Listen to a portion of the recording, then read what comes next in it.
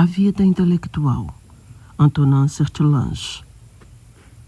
Capítulo 2, parte 3.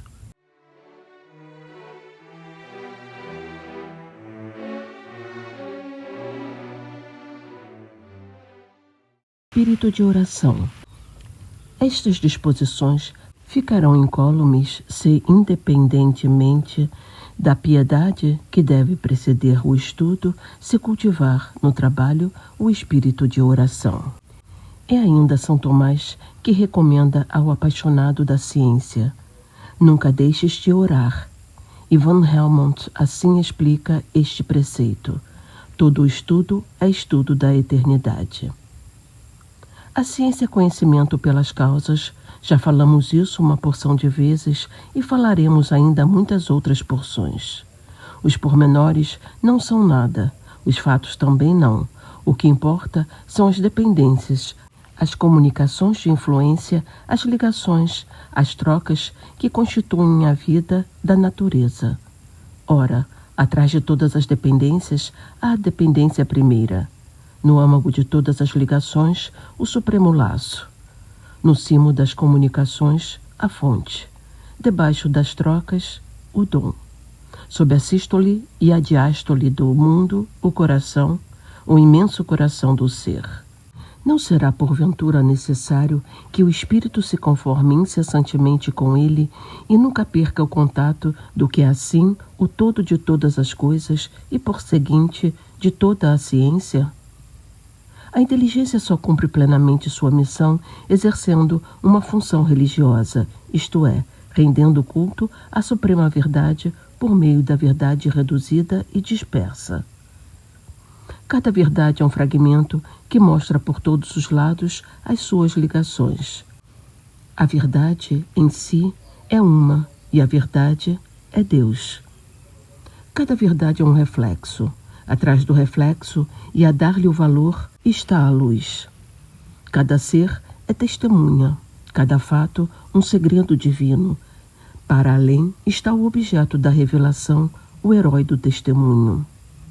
Toda a verdade se destaca no infinito como num fundo de perspectiva. Parece-se com ele, pertence-lhe. Pode uma verdade particular ocupar a cena, as imensidades estão mais longe. Podíamos dizer, uma verdade particular é apenas símbolo, símbolo real, sacramento do absoluto. Ela figura e ela é, mas não por si mesma, não se basta a si própria, vive do que recebe e entregue a sua inconsistência, morreria. Portanto, para a alma inteiramente desperta, toda a verdade é lugar de entrevista, onde o pensamento supremo convida o nosso pensamento. Faltaremos ao encontro sublime? A vida do real não se confina no que se vê, no que se analisa pela ciência. O real tem vida oculta, como Jesus, a qual é também a vida em Deus. É como que vida de Deus, é revelação da sua sabedoria pelas leis, do seu poder pelos efeitos, da sua bondade pelas utilidades, da sua tendência para se difundir pelas trocas e pelo crescimento. Convém venerar e amar esta espécie de encarnação ao contato daquele que se encarna. Desligar este corpo de Deus do seu espírito é abusar dele, como é abusar de Cristo, ver nele puramente o homem. A encarnação de Cristo termina na comunhão, em que se não dissocia o corpo, o sangue, a alma e a divindade do Salvador. A espécie de encarnação de Deus no ser, da verdade eterna em cada caso da verdade, deve também terminar num êxtase celeste em vez das nossas distraídas investigações e das nossas banais admirações.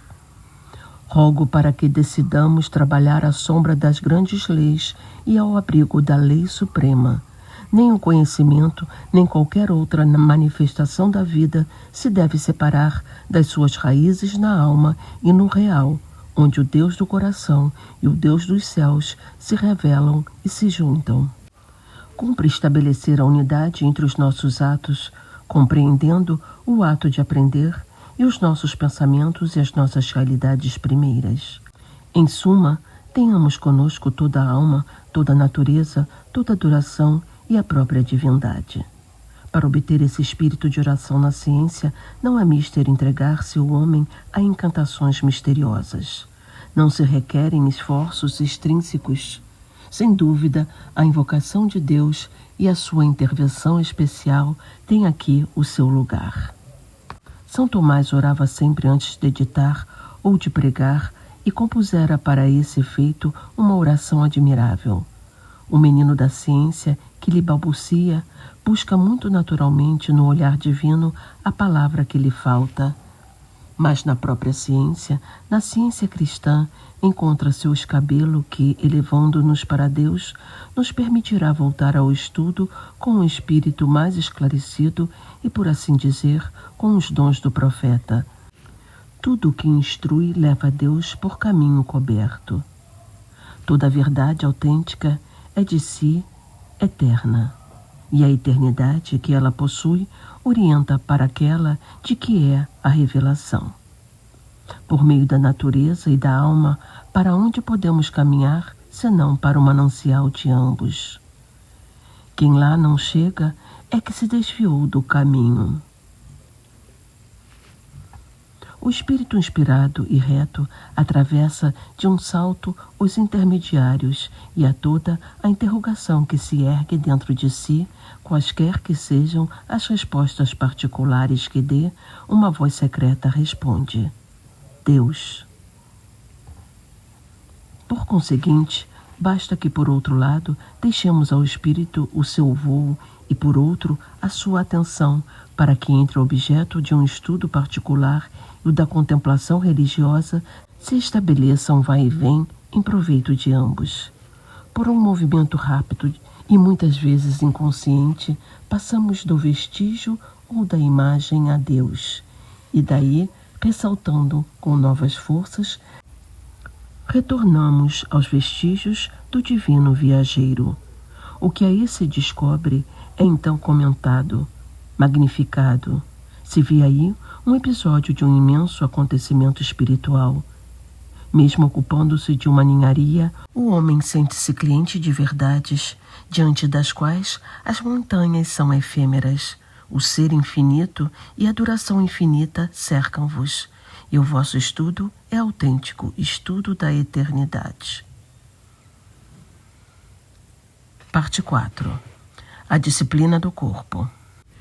Como já dissemos, a doutrina do composto humano opõe-se à dissociação das funções espirituais e das funções corporais, ainda as mais estranhas ao pensamento puro.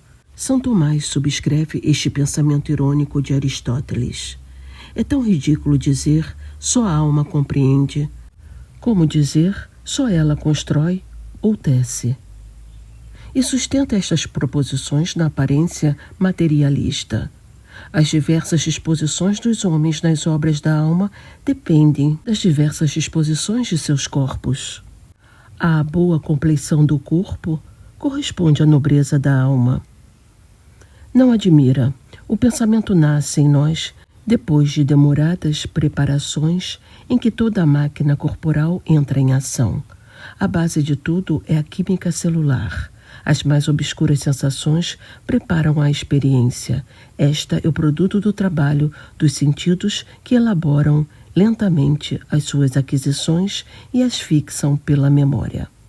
O fenômeno intelectual produz-se no meio de fenômenos fisiológicos, em continuidade com eles e debaixo de sua dependência. Ninguém pensa, mesmo que só utilize uma ideia adquirida, sem evocar uma série de imagens, de emoções, de sensações, que são os adubos com que se fermenta a ideia. Quando queremos despertar em alguém um pensamento, nos servimos apenas de um meio, produzir nele, pela palavra ou por sinais, estados de sensibilidade e de imaginação, de emoção, de memória, nos quais ele descubra a nossa ideia e a possa fazer sua. As almas não comunicam senão pelo corpo. Do mesmo modo, a alma de cada qual não comunica com a verdade consigo própria, senão pelo corpo, de sorte que a mudança pela qual passamos da ignorância à ciência se deve atribuir, segundo São Tomás, diretamente ao corpo e só por acidente à parte intelectual. Essa doutrina que o Santo Doutor desenvolve a cada passo, tão essencial e providencialmente moderna, deve gerar a convicção de que para pensar, sobretudo para pensar com ardor e sabedoria durante uma vida inteira, é indispensável sujeitar ao pensamento não só a alma e as suas diversas potências, mas também o corpo e todas as suas funções orgânicas. Tudo em um intelectual deve ser intelectual. O complexo físico e mental, a substância homem, estão ao serviço desta vida especial que, por certos aspectos, parece tão pouco humana. Não lhe ponham embargos. Tornemo-nos à harmonia, que dê em resultado a conquista da verdade. Ora, há aí duas coisas a encerrar sem respeito humano, embora a primeira costume assustar os espirituais de juízo pouco firme. Primeiramente, não vos envergonheis de cuidar da saúde. Gênios houve de saúde lamentável, e se Deus permite que assim suceda convosco, não discutamos. Mas se a culpa é vossa, então isso seria tentar a Deus e caso de grande culpabilidade. Tu, que és aluno dos gênios, estás seguro de possuir, como eles, bastante vigor para triunfar na luta incessante da alma contra a fraqueza da carne? Nada nos diz que os gênios não tenham visto as suas taras fisiológicas desviarem ou reduzirem-lhes os talentos. Muitas anomalias intelectuais, mesmo entre os mais bem dotados, talvez se expliquem desse modo, bem como a fraca produção de alguns. Em igualdade de dons, a doença é grave inferioridade. Diminui o rendimento. Entrava a liberdade no momento das suas delicadas funções. Desvia a atenção, pode falsear o juízo pelos efeitos de imaginação e de emotividade que o sofrimento provoca. Uma enfermidade de estômago muda o caráter do homem e o caráter muda os pensamentos. Se Leopardi não tivesse sido o aborto que foi, quase de certo não o contaríamos no número dos pessimistas. Tratando-se de uma vida elevada, deveis preocupar-vos, ao mesmo tempo, em que, com o pensamento, com todas as suas substruções orgânicas. Alma sã no corpo são, eis o ideal de sempre. O homem de pensamento tem uma fisiologia especial, precisa velar por ela e de não recear consultar o homem da arte. Em todo caso, segui as prescrições correntes. A boa higiene é para vós uma virtude, por assim dizer, intelectual. Os nossos modernos, por vezes tão pobres de filosofia, são ricos de higiene. Pois bem, não a desdenheis, porque ela enriquecerá a vossa filosofia. Tanto quanto possível, vivei ao ar livre. A atenção, nervo da ciência, está em estreita correlação com a respiração e, para a saúde em geral, a abundância de oxigênio é condição primeira. Janelas abertas ou entreabertas dia e noite, quando a prudência o permite. Período frequente de respirações fundas, sobretudo combinadas com movimentos que as amplifiquem e as tornem normais. Passeios que se entremeiem com o trabalho e com ele se combinem, consoante a tradição grega. Eis aí outras tantas práticas esplêndidas. É importante trabalhar em posição que desembarace os pulmões e não comprima as vísceras. É bom interromper de quando em quando o estudo aplicado para respirar profundamente, para fazer 2 ou 3 movimentos rítmicos que distendem o corpo e o impedem, por assim dizer, de se enrugar. Está demonstrado que são de grande eficácia largas aspirações praticadas de pé e elevando-nos na ponta dos pés com a janela aberta. Não descureis nada para evitar a congestão e o estiolamento dos órgãos. Consagrai todos os dias algum tempo a exercícios corporais. Lembrai-vos da observação de um médico inglês. Quem não encontra tempo para fazer ginástica, há de encontrá-lo para estar doente. Se não podeis exercitar-vos ao ar livre, não faltam métodos excelentes que suprem essa deficiência. O de J. P. Miller é um dos mais inteligentes, no entanto, existem outros. O trabalho manual suave e distrativo é igualmente precioso para o espírito e para o corpo. Os antepassados sabiam-no muito bem, mas o nosso século zomba da natureza. Por isso a natureza vinga-se. Reservai-vos todos os anos e no decurso do ano férias para descansar a sério. Não quero dizer que vos abstenhais de todo o trabalho, pois isso afrouxaria faculdades naturalmente ativas, mas sim que predomine nesses períodos de tempo o repouso, o ar livre e o exercício em plena natureza. Cuidai da alimentação. Uma alimentação leve, simples, moderada, em quantidade e em qualidade, permitir-vos-á trabalhar com mais liberdade. Permitir-vos-á trabalhar com mais prontidão e liberdade. O pensador não passa a vida em sessões de digestão. Cuidai mais ainda do sono.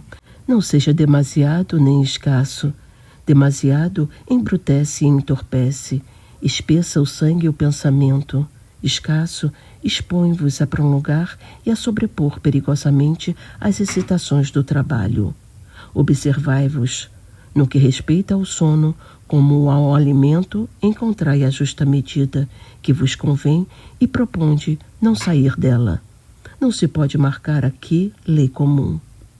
Em suma, o cuidado do corpo, instrumento da alma, é para o intelectual virtude e prova de sabedoria. São Tomás reconhece isso mesmo e classifica essa sabedoria do corpo entre os elementos que concorrem para a felicidade temporal, incentivo da outra. Não vos torneis raquíticos, malogrados, possivelmente futuros idiotas, velhos antes do tempo, portanto econômicos, insensatos do talento que o mestre lhes confiou. Já falamos das paixões e dos vícios como de formidáveis inimigos do espírito. Pensávamos, então, nos seus efeitos psicológicos, nas perturbações que trazem ao juízo e à criação do espírito, que, chegados a certo grau, transformam em potência de trevas. Atualmente, referimos-nos aos seus efeitos corporais, que, indiretamente, se convertem em doenças da alma. Quem é preguiçoso, guloso, escravo do travesseiro e da mesa, quem abusa do vinho, do álcool, do tabaco, quem se compraz em excitações malsãs, em hábitos que há um tempo debilitam e enervam, em pecados talvez perdoados periodicamente, mas cujos efeitos permanecem, como praticará a higiene que vimos ser necessária?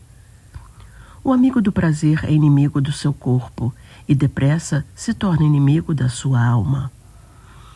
A mortificação dos sentidos é requerida para o pensamento e só ela nos pode colocar naquele estado clarividente de que fala Gratry. Se obedecerdes à carne, estás em caminho de ser carne, quando deverias ser todo o espírito.